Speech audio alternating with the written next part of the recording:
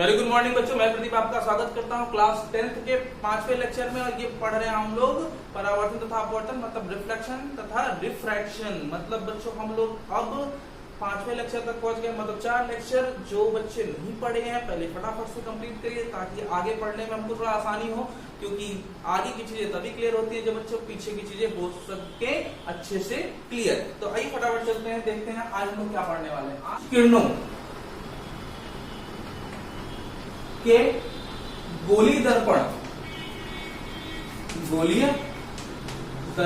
से परावर्तन के नियम। तो ये नियम ऐसे है ना बच्चों जो हमेशा हर सूरत हाल में काम करें। नियम क्या है? नियम ये है कि जब कोई किरण किसी गोलीय दर्पण से परावर्तित हो रही है, जैसा कि आप जानते हैं गोलीय दर्पण 2 तरीके के होते हैं, उत्तल और अवतल। तो जब ये गोलीय दर्पण से परावर्तित होंगी तो इन नियमों के तहत ही आप कोई भी प्रतिबिंब बनाएंगे। आइए देखते हैं फटाफट से। तो पहला जो बच्चों हमारे पास होगा वो ये होगा कि अगर मेरे पास कोई गोलीय दर्पण है, और अगर ये प्रकाश की किरण कोई चल रही है इस मुख्य अक्ष के समांतर, तो हमेशा फोकस से होकर जाती है। आई होप आपने अगर देखा होगा तो इसको बस देख लीजिए ताकि हम आज प्रतिबिंब का बनना समझ पाए। अगर फोकस से होकर जाएगी, फिर उसके बाद मैंने बता रखा था कि अगर प्रकाश की किरण किसी गोलीय दर्पण, ये गोलीय दर्पण है, कौन सा? अवतल दर्पण है। अगर प्रकाश की किरण वक्रता केंद्र C से होकर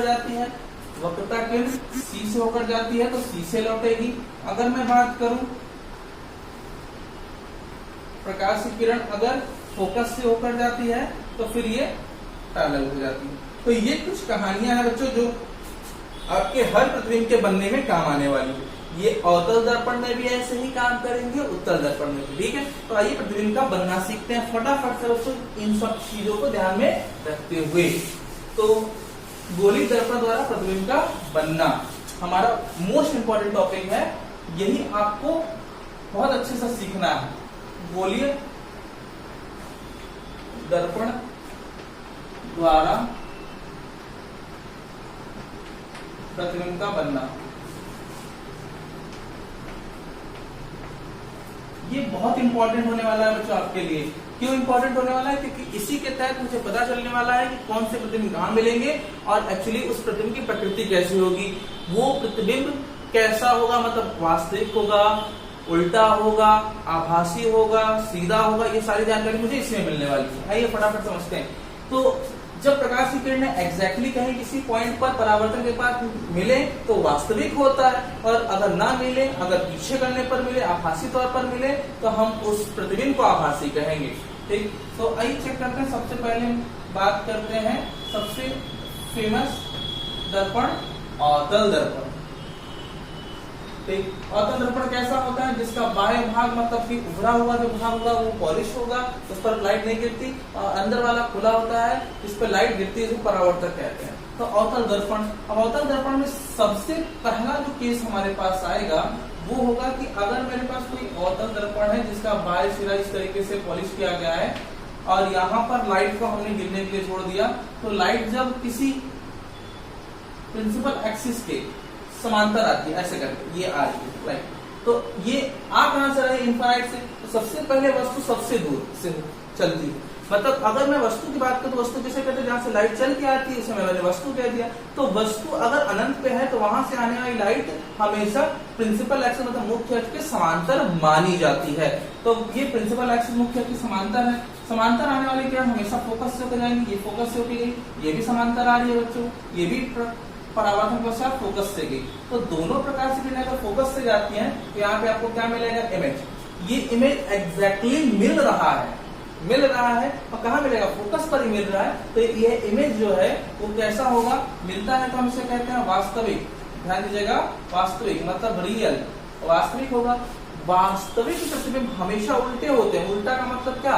कि इसका टॉप जो होगा वो नीचे और बॉटम मतलब नीचे वाला तल ऊपर की ओर बनेगा। मतलब ये हो गया। ये ऐसा नहीं कि हम जो शीशे में देखते हैं वो उल्टा नहीं है, वो बच्चों सीधा ही है। लेकिन जो मैं देखता हूँ कि हमारे जो सिर नीचे की ओर हो जाए, अगर हम अपने आप को देखते हैं तो इसे कहेंगे उल्टा।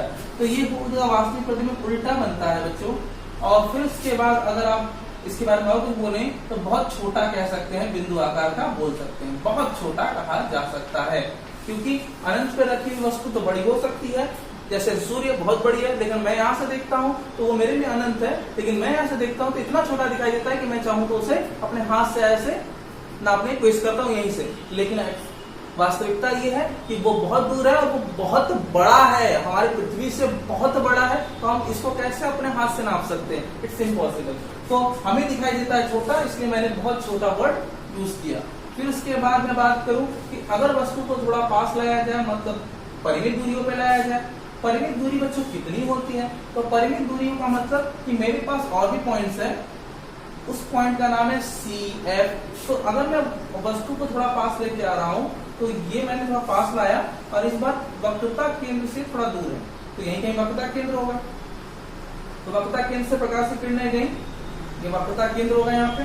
तो वक्रता केंद्र से अगर होकर जाती है तो वहीं से लौट जाती है, और जो समांतर जाती है बच्चों वो फोकस से होकर जाती है। ये फोकस से होकर गई, ये फोकस से, तो ये इमेज मिलेगा बच्चों, यहीं पे ये लोग लौट रहे हैं, ये जा रहा है यहाँ से जा रहा है, ये यहाँ से जा रहा है, ये यहाँ पे मिला, यहाँ पर आपको मिलेगा प्रतिबिंब। ये प्रतिबिंब कैसा है? वस्तु दूर है, प्रतिबिंब पहले ही मिल गई, इसका मतलब प्रतिबिंब कैसा होगा? छोटा होगा। क्या फोकस पर मिला? नहीं, फोकस पर नहीं मिला, फोकस से दूर मिला। हाँ, कहाँ मिला? C और F के बीच में। तो अगर वस्तु C से दूर रखी गई है, मतलब वक्रता केंद्र से दूर है, तो प्रतिबिंब वक्रता केंद्र से पहले मिलेगा और फोकस और वक्रता केंद्र के बीच मिलेगा। जितना पहले मिलेगा उतना छोटा प्रतिबिंब होगा। तो अभी तक तो फोकस पे थोड़ा सा दूर हटा फोकस से, लेकिन अभी भी वस्तु से तो पहले ही है, तो इसका मतलब ये छोटा प्रतिबिंब होगा। क्या प्रकाश किरणें मिली? यहाँ मिली है, तो रियल होना ही है, रियल होगा। और कैसा बना है? उल्टा बना है, मतलब इसको मैं कह सकता हूँ इन्वर्टेड बच्चों, ओके, इन्वर्टेड उल्टा कह सकता हूँ। और ये बना है छोटा, इसलिए हम इसको लिख सकते हैं स्मॉल, ओके। ये बहुत इंपॉर्टेंट हम लोग पढ़ रहे हैं, मैं रिपीट कर रहा हूँ कि इसको हम लोग ध्यान से समझेंगे, क्योंकि जितने भी दर्पण से रिलेटेड टॉपिक होंगे वो इसी के इर्द गिर्द घूमेंगे, यही आपको अच्छे से आना चाहिए, कौन प्रतिबिंब कहाँ और कैसा बनेगा। नेक्स्ट बच्चों, अगर मैं गोली दर्पण के बारे में फिर बात करूं और इस बार वस्तु को थोड़ा पास लेके आऊं, कहाँ लेके आऊं? मतलब C पर। ये C पर अगर मैं लेकर करके आ जाता हूं तो एक प्रकाश की किरण समांतर गई और एक प्रकाश की किरण को जाना है फोकस से, क्योंकि C से नहीं जा सकती, C पर ये खुद है, C पर ये खुद है, तो प्रकाश की किरण को यहाँ से जाना होगा। तो ये जो प्रतिबिंब मिलेगा वो यहाँ मिलेगा। जो समांतर गई वो फोकस से होकर जा रही है, और जो फोकस से होकर गई वो समांतर हो गई। ये लोग यहाँ मिले, ये प्रतिबिंब मिला, ये प्रतिबिंब है, इमेज है, और ये ऑब्जेक्ट है, वस्तु है, तो ये इमेज है। ये इमेज कैसा होगा बच्चों? तो ये इमेज होगा, ऑफकोर्स मिला है तो रियल होना ही है। और उल्टा है, उल्टा है तो इन्वर्टेड लिख सकते हैं इसको, इन्वर्टेड। और क्या? समान आकार का, क्योंकि जहां रखा है प्रतिबिंब वही मिले, जैसा कि दर्पण में होता था, समतल दर्पण की बात मैं कर रहा था जब। तो अब मैं बात करूंगा D। अगर वस्तु को थोड़ा और पास लाया जाए, थोड़ा और पास मतलब कहाँ पर? C से और पास कहाँ पर होगा? C से और पास मतलब C के पहले लेकर के आ गए। अगर आप C के पहले लेके आओगे तो प्रकाश की किरण समांतर तो जाएगी, ये तो इसके नियम है। समांतर जाने वाली किरण फोकस से होकर जाएगी, फोकस भी क्लियर है। जो फोकस से होकर जाएगी बच्चों, जो फोकस से होकर जाएगी वो समांतर हो जाएगी, समांतर भी होगी। ये प्रकाश की किरण यहाँ पे एक दूसरे से परावर्तन के बाद मिल रही है, तो यहाँ पे क्या मिलेगा? इमेज, मतलब वस्तु जब आप C से पहले रखेंगे तो प्रतिबिंब जो है C के बाद मिलेगा, वस्तु पहले और प्रतिबिंब C के बाद। और ये आपका क्या होगा? फोकस। तो प्रतिबिंब इस बार दूर हट रहा है, अब C पर नहीं मिला, दूर, जैसे से दूर हटेगा प्रतिबिंब छोटा मिलेगा, तो रियल तो है ही क्योंकि मिला है। उल्टा भी होगा क्योंकि रियल हमेशा इन्वर्टेड ही होते हैं। और एक बात बता दूं, अब इस बार दूर हट रहा है तो प्रतिबिंब क्या होगा? बड़ा होगा, मतलब बिगर कह सकते हैं इसको आप, बड़ा होना स्टार्ट हो गया। तो अब बच्चों हम लोग देखेंगे कि नेक्स्ट क्या होने वाला है, मतलब अगले केस, अगले भी केसेस हैं इसमें।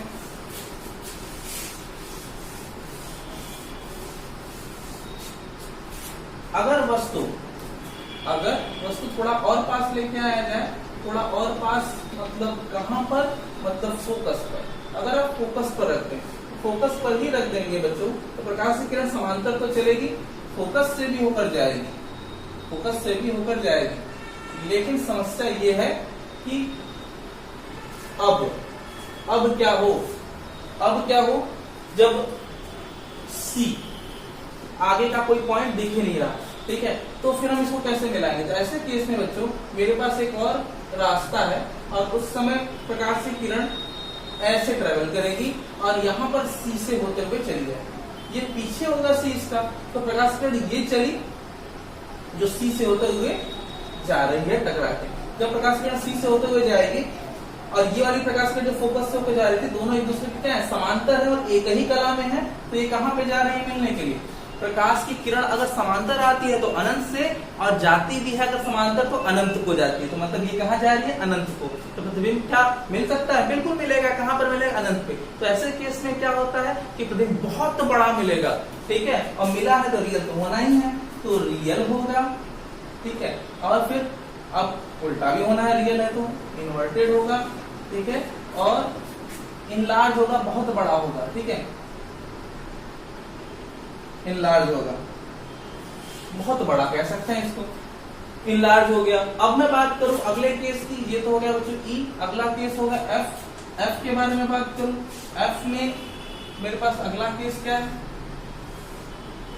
ये है हमारे पास एक गोली दर्पण, अवतल दर्पण। अवतल दर्पण के सामने प्रकाश की किरण और पहले से चलेगी, मतलब फोकस से पहले ही रख दिया आपने, समांतर तो जानी है, फोकस से चली जाएगी। और यहाँ पे सी अब और दूर हो गया है, तो प्रकाश की किरण इस बार ऐसे चलेगी और सी से जब होकर जाएगी, ऐसे चली और जब सी से होकर जा रही है तो प्रकाश की किरण कैसी हो गई? बहुत दूर हटते हुए दिखाई देगी, ध्यान से देखिएगा, बहुत दूर हटते हुए दिखाई देगी, ठीक। तो ये प्रकाश की किरण अगर बहुत दूर हटते हुए दिखाई दे रही है तो ये मिलने के तो कोई चांस नहीं है, जहां अनंत पे जरूर रहेंगे, मिलेंगे नहीं। तो फिर मिलेंगे कैसे? मिलेंगे जरूर मिलेंगे। इनको अगर आप पीछे करेंगे तो ये जरूर मिलेंगे, और इस बार अगर पीछे करने पर मिल रहे हैं तो ये इमेज भी आपको क्या आभासी तौर पे दिखाई देने वाला है, और ये इमेज वास्तविक नहीं हो सकता, इसलिए हम इसको कह सकते हैं वर्चुअल, मतलब आभासी। आभासी और आभासी प्रति हमेशा सीधे होते हैं, तो ये होगा सीधा, डायरेक्ट कह सकते हैं इसको। और एक बात ध्यान दीजिएगा, ये वस्तु से ऊपर देखिएगा, ऊपर ताकने पर मिल रहा है, ऊपर देखने में मिल रहा है, इसलिए ये क्या होगा? बड़ा होगा, वस्तु से बड़ा होगा। तो जब फोकस से पहले रखेंगे आप, फोकस से पहले रखेंगे वस्तु को, तो प्रतिबिंब दर्पण के पीछे मिलेगा और बड़ा मिलेगा, आभासी होगा। क्लियर हो रहा है? आइए फटाफट से चलते हैं अब हम लोग उत्तल दर्पण की ओर। उत्तल दर्पण को भी फटाफट से क्लियर कर लेते हैं। उत्तल दर्पण में क्या होगा? उत्तल दर्पण को समझने के लिए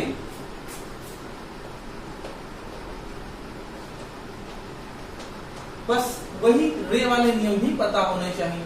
सबसे पहले मेरे पास ये उत्तल दर्पण है, जिसमें अंदर का पॉलिश है और बाहर का रिफ्लेक्टर है। ये हमारे पास प्रिंसिपल एक्सिस है। प्रकाश की किरणें कहां से आ रही है? अनंत से आ रही है। ये टकरा कर ये तो फैला देगी प्रकाश की किरण, तो ये फैल गई, ये फैल गई, तो फिर ये मिलेंगी कैसे? इनको थोड़ा पीछे करिए, इनको थोड़ा पीछे करिए, तो ये मिलेंगी, लेकिन मिलती हुई प्रतीत कह सकते हैं इसको। तो ये पीछे, दर्पण के पीछे मिलती हुई प्रतीत होती हैं। तो इस तरीके से जो प्रतिबिंब मिलेगा वो मिलेगा तो कहाँ पे? दर्पण के पीछे, फोकस पर ही मिलेगा। और ये प्रतिबिंब जो है वो आभासी तौर पर मिला है, इसलिए हम इसको आभासी कहेंगे बच्चों, क्योंकि आभासी सीधे होते हैं तो सीधा होगा। और दूसरी बात कि ये अनंत पर वस्तु का प्रतिबिंब बना रहा है, इसलिए बहुत छोटा कहते हैं इसको, बहुत छोटा, हाईली डिमिनिश्ड कहते हैं। अगला बच्चों देखते हैं कि अगर मेरे पास अवतल दर्पण है और अवतल दर्पण के सामने अगर मैंने वस्तु रखी, और वस्तु कहाँ रखी? वस्तु मैंने रख दी, कहीं भी रख दी, तो वस्तु अगर मैंने कहीं भी रख दी, ये लीजिए, ये रख दिया मैंने,